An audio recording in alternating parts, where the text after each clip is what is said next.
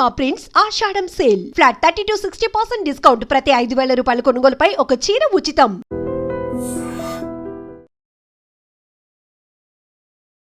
Operation సింధూర్లో అత్యంత సమర్థవంతంగా కీలకంగా పనిచేసింది మన సుదర్శన చక్రం. S-400 కంటే కూడా అడ్వాన్స్డ్ టెక్నాలజీ మనకి కావాల్సినటువంటి అవసరం ఉంది అని కేంద్ర ప్రభుత్వం రక్షణ శాఖలు గుర్తించాయి. అందులో భాగంగా S-500 మీద ఫోకస్ పెట్టబోతున్నట్టుగా వార్తలు వస్తున్నాయి. S-500 అంటే ఏంటి? ఒక మాన్స్టర్, ఒక బీస్ట్గా S-500ని అభివర్ణిస్తూ ఉంటారు. అల్మాజ్ అండ్ యాంటే రష్యాకి చెందినటువంటి ఈ డిఫెన్స్ పరికరాలని తయారు చేసేటువంటి సంస్థనే S-400ని అండ్ S-500ని కూడా తయారు చేసింది.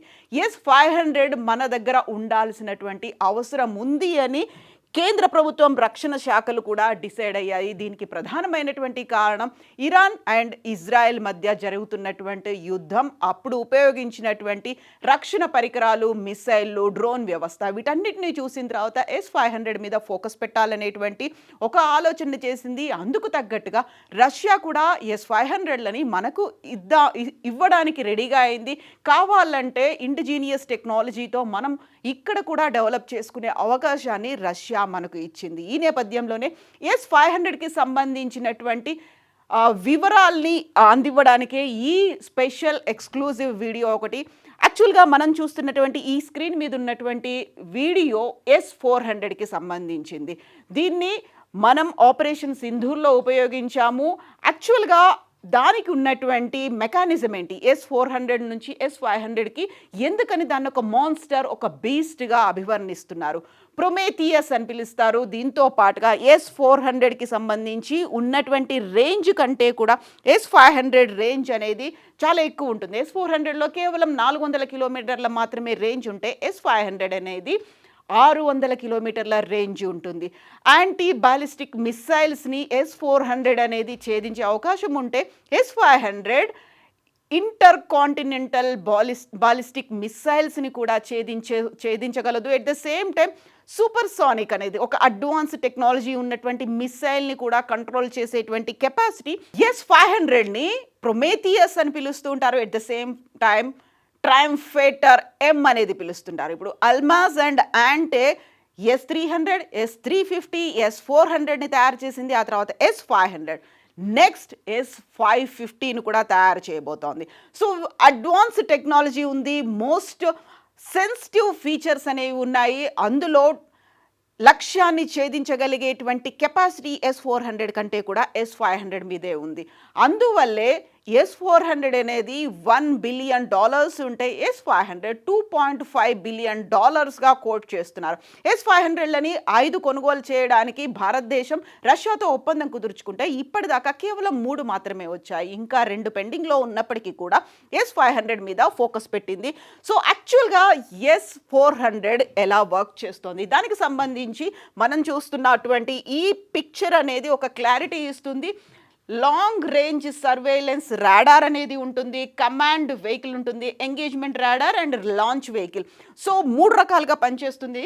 ఇది లాంగ్ ఒక రాడార్గా వర్క్ చేస్తుంది, అండ్ కమాండ్ వెహికల్ ఉంటుంది, లాంచ్ వెహికల్ ఉంటుంది. సో ఎక్కడ ఏ రేంజ్లో ఎలాంటి క్షిపణులు వస్తాయి ఒకేసారి 360 డిగ్రీస్లో చూడగలిగే అవకాశం ఉంది. కాబట్టి S-400కి సుదర్శన చక్రం అని పేరు పెట్టారు. సో 3 రకాలుగా ఉంటుంది. లాంగ్ రేంజ్ రాడార్ ఉంటుంది, ఆ తర్వాత కమాండ్ వెహికల్ అనేది ఉంటుంది, లాంచ్ వెహికల్ అనేది. సో 3 కలిపి వర్క్ చేయడం అనేది S-400కి సంబంధించినటువంటిది ఇది. సో S-400కి సంబంధించి చూసుకుంటే దీనికి ఒక మోస్ట్ ప్రామినెంట్ ఫీచర్ అనేది ఉంది. సర్ఫేస్ టు ఎయిర్ మిసైల్, అంటే భూ ఉపరితలం మీదే ఉంటుంది. ఎయిర్లో ఉన్నటువంటి మిస్సైల్స్ని టార్గెట్ చేయొచ్చు. అంటే ఇది మొబైల్గా కూడా ఉంటుంది, ఎక్కడికి కావాలంటే అక్కడికి తీసుకెళ్లేటువంటి కెపాసిటీ ఉంటుంది. Mobile surface to air missile ఇది. ఇక అడ్వాన్స్డ్గా ఉన్నటువంటి S-500కి సంబంధించి మనం మాట్లాడుకుంటే S-500 అనేది ఎలా వర్క్ చేస్తోంది. సో అల్మాజ్ అండ్ యాంటే తయారు చేసినటువంటి ఈ కంపెనీలో S-300, S-350, S-400 సిస్టమ్స్ ఉన్నాయి. ఆ తర్వాత S-500 మిసైల్ సిస్టమ్ అనేది రాబోతుంది. దీంట్లో కూడా అదే లాంగ్ రేంజ్ రాడార్ ఉంటుంది, కమాండ్ వెహికల్స్ అనేవి ఉంటాయి, లాంచర్ ఉంటుంది, ఎంగేజ్మెంట్ రాడార్ ఉంటుంది. బట్ అన్ని సేమ్ S400 అండ్ S500కి సంబంధించి సేమ్ అవే ఫీచర్స్ కనిపించినప్పటికీ దీనికి దానికి ఉన్నటువంటి వ్యత్యాసం ఏంటి, ఎందుకని S400 కాకుండా S500ని తీసుకుంటున్నారు? సో S400 అండ్ S500కి సంబంధించి ఆల్మోస్ట్ సేమ్ ఫీచర్సే ఉన్నప్పటికీ ఎందుకని S500 అనేది అడ్వాన్స్డ్ టెక్నాలజీ ఉంది, దానికి సంబంధించినటువంటి కంప్లీట్ పిక్చర్ ఇది ఇన్సైట్ GL తయారు చేసినటువంటి ఒక కంపారిజన్ అండ్ డిఫరెన్సెస్కి సంబంధించి మనం చూస్తున్నాము. కంపారిటివ్ స్టడీ అనేది S400 అండ్ S500కి సంబంధించి చూస్తే ఆపరేషనల్ సిన్స్ 2007 2021లో అల్మాజ్ అండ్ యాంటే దీన్ని తయారు చేసింది. అప్పటి నుంచి ఇది రష్యా అమ్ముల పొదిలో S500 అనేది ఉంది.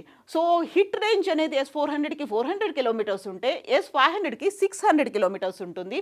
అలాగే డిటెక్షన్ రేంజ్ 600 కిలోమీటర్స్ ఉంటే 2000 కిలోమీటర్స్ డిటెక్షన్ రేంజ్ అనేది ఉంటుంది. అంటే 2000 కిలోమీటర్ల అవతల నుంచి వస్తున్నటువంటి మిస్సైల్స్ని కావచ్చు, డ్రోన్స్ కావచ్చు, రాడార్లు, హెలికాప్టర్ వేటినైనప్పటికీ కూడా ఐడెంటిఫై చేసేటువంటి కెపాసిటీ S500కి ఉంటుంది. మ్యాక్సిమం ఆల్టిట్యూడ్ 330 కిలోమీటర్స్ అయితే S500కి 200 కిలోమీటర్స్ అనేది ఆల్టిట్యూడ్ ఉంది. ట్రాకింగ్ ఆఫ్ టార్గెట్స్ని 300 టార్గెట్స్ని 360 డిగ్రీస్లో ఆపరేట్ చేస్తుంది కాబట్టి 300 టార్గెట్స్ని అది టార్గెట్ చేసే అవకాశం ఉంటే in addition can track 10 hypersonic targets. ఇప్పుడు హైపర్సోనిక్ అనే విమానాల్ని, మిసైల్స్ని ప్రతి దేశం తన రక్షణ వ్యవస్థలో ఇముడ్చుకుంటుంది. S400 ఈ హైపర్సోనిక్ విమానాలు వస్తుంటే వాటిని ట్రాక్ చేయలేదు, వాటిని కూల్చలేదు. సో అది ఆ advance technology, most advance system. ఇప్పుడు ప్రతి దేశం తమ రక్షణ వ్యవస్థని స్ట్రెంథన్ చేసుకోవడానికి హైపర్సోనిక్ యుద్ధ విమానాల్ని వాడుతోంది. దాన్ని టార్గెట్ చేయడం S500 యొక్క కీలకమైనటువంటి ప్రయారిటీ ఉన్నటువంటి బేస్. ఆ తర్వాత S500కి సంబంధించి టార్గెట్ ఎంగేజ్మెంట్ 36 ఉంటుంది. అదే S500కి 400 టార్గెట్ రేంజ్ ఉంది.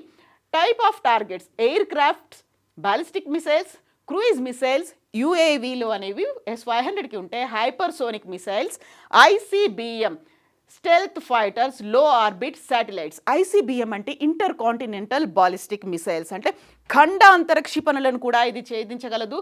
స్టెల్త్ ఫైటర్స్ని అండ్ లో ఆర్బిట్ శాటిలైట్స్, భూ కక్షకి సంబంధించి దిగువన ఉన్నటువంటి ఆర్బిట్లను కూడా ఛేదించేటువంటి కెపాసిటీ S500కి ఉంటుంది. మిసైల్స్ 40 N6 రేంజ్ నుంచి ఆల్టిట్యూడ్ 30. ఇప్పుడు మనం చెప్పుకున్నటువంటి ఈ ఫీచర్స్ అన్నీ కూడా కనిపిస్తున్నాయి. 40 N6 అంటే ఇక్కడ 76 N6 అనేది ఉంది.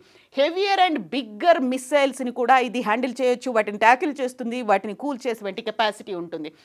రాడార్లు అలాగే రెస్పాన్స్ టైం అనేది S400కి 9 to 10 సెకండ్స్ పడితే అది కేవలం S500లో 3 to 4 సెకండ్స్లోనే కంప్లీట్ అయిపోతుంది.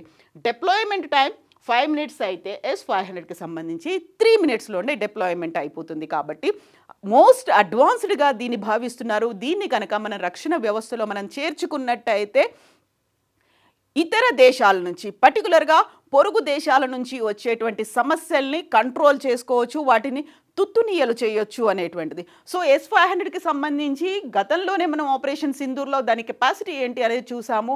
పొరుగు దేశాలు, శత్రు దేశాలు కూడా దాన్ని మనకున్నటువంటి కెపాసిటీ, మన అమ్ముల పొదిలో ఉన్నటువంటి సుదర్శన చక్రం గురించి విన్నాయి. కాబట్టి సో ఇప్పుడు S500 మీద ఫోకస్ పెట్టాల్సినటువంటి అవసరం ఏర్పడింది. సో భూకక్షకి సంబంధించి దిగువన ఉన్నటువంటి ఉపగ్రహాలను కూడా కూల్చేస్తుంది, ఖండాంతర క్షిపణులు ఉన్నాయి, హైపర్సోనిక్ యుద్ధ విమానాలను కూడా టార్గెట్ చేయవచ్చు. ఇప్పటిదాకా ఇవే మోస్ట్ సుపీరియర్గా భావిస్తూ ఉంటారు. వాటన్నిటిని ఛేదించగలిగేటువంటి సత్తా S500కి ఉంది.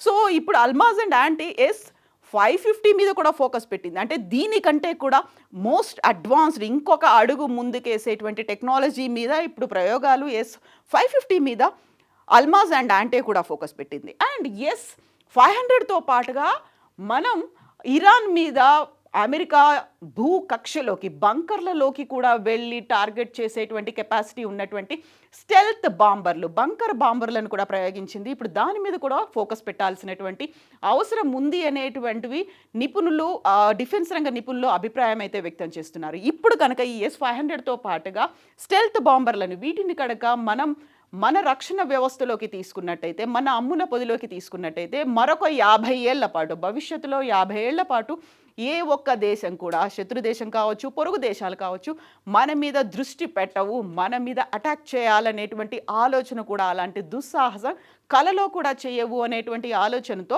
ఇప్పుడు దీన్ని తీసుకోవాలి అనేటువంటి ఒక అభిప్రాయానికి వచ్చింది. రష్యా కూడా అదే ఆలోచనతో ఉంది.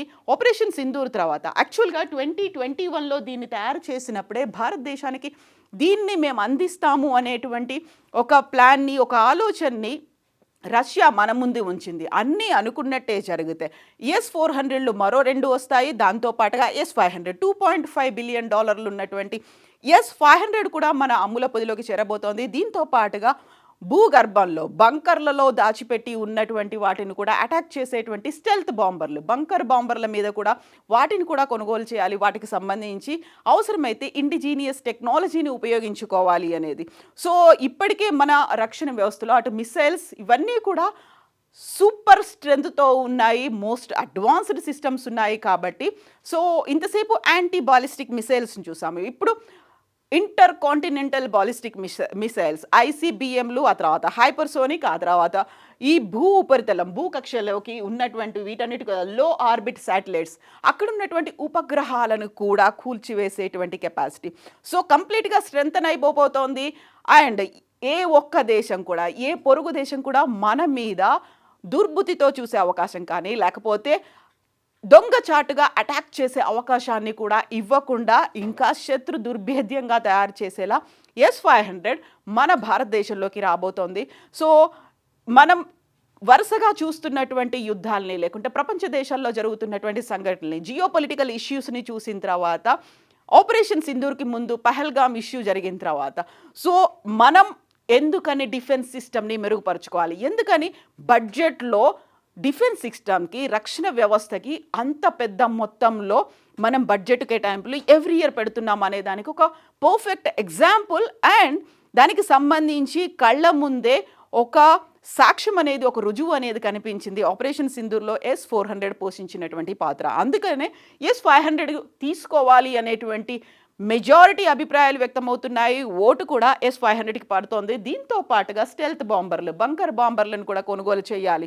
అవసరమైన మేర డిఫెన్స్ సిస్టమ్ని ఇంకా మెరుగుపరుచుకోవాలి. దానికి తగ్గట్టుగా బడ్జెట్ను కూడా పెంచుకోవాలి అనేటువంటి ఆలోచన భారతదేశం, కేంద్ర ప్రభుత్వం, రక్షణ వ్యవస్థలు కూడా చేస్తున్నాయి. నిజంగా ప్రస్తుతం ఉన్నటువంటి సమాజం దేనికి ప్రయారిటీ ఇస్తుంది? ఆర్థిక సంబంధాల చుట్టూ మాత్రమే తిరుగుతోంది. మళ్ళీ ఎన్నికలంగానే చాలా విరక్తి కలుగుతాం. మంచి అనిపిస్తుంది కదా, లేడీస్ కూడా ఛాలెంజింగ్ జాబ్స్ చేసినప్పుడు చాలా బాగుంటది. ట్రాఫిక్ అసిస్టెంట్స్ గా నియమించిన ట్రాన్స్జెండర్స్ అందరితో సాల్యూట్ చేయించుకుంటున్నారు. ఫుడ్ డెలివరీ ఇవ్వటానికి వెళ్ళినటువంటి డెలివరీ బాయ్ అనిల్ పై కళ్ళ ముందు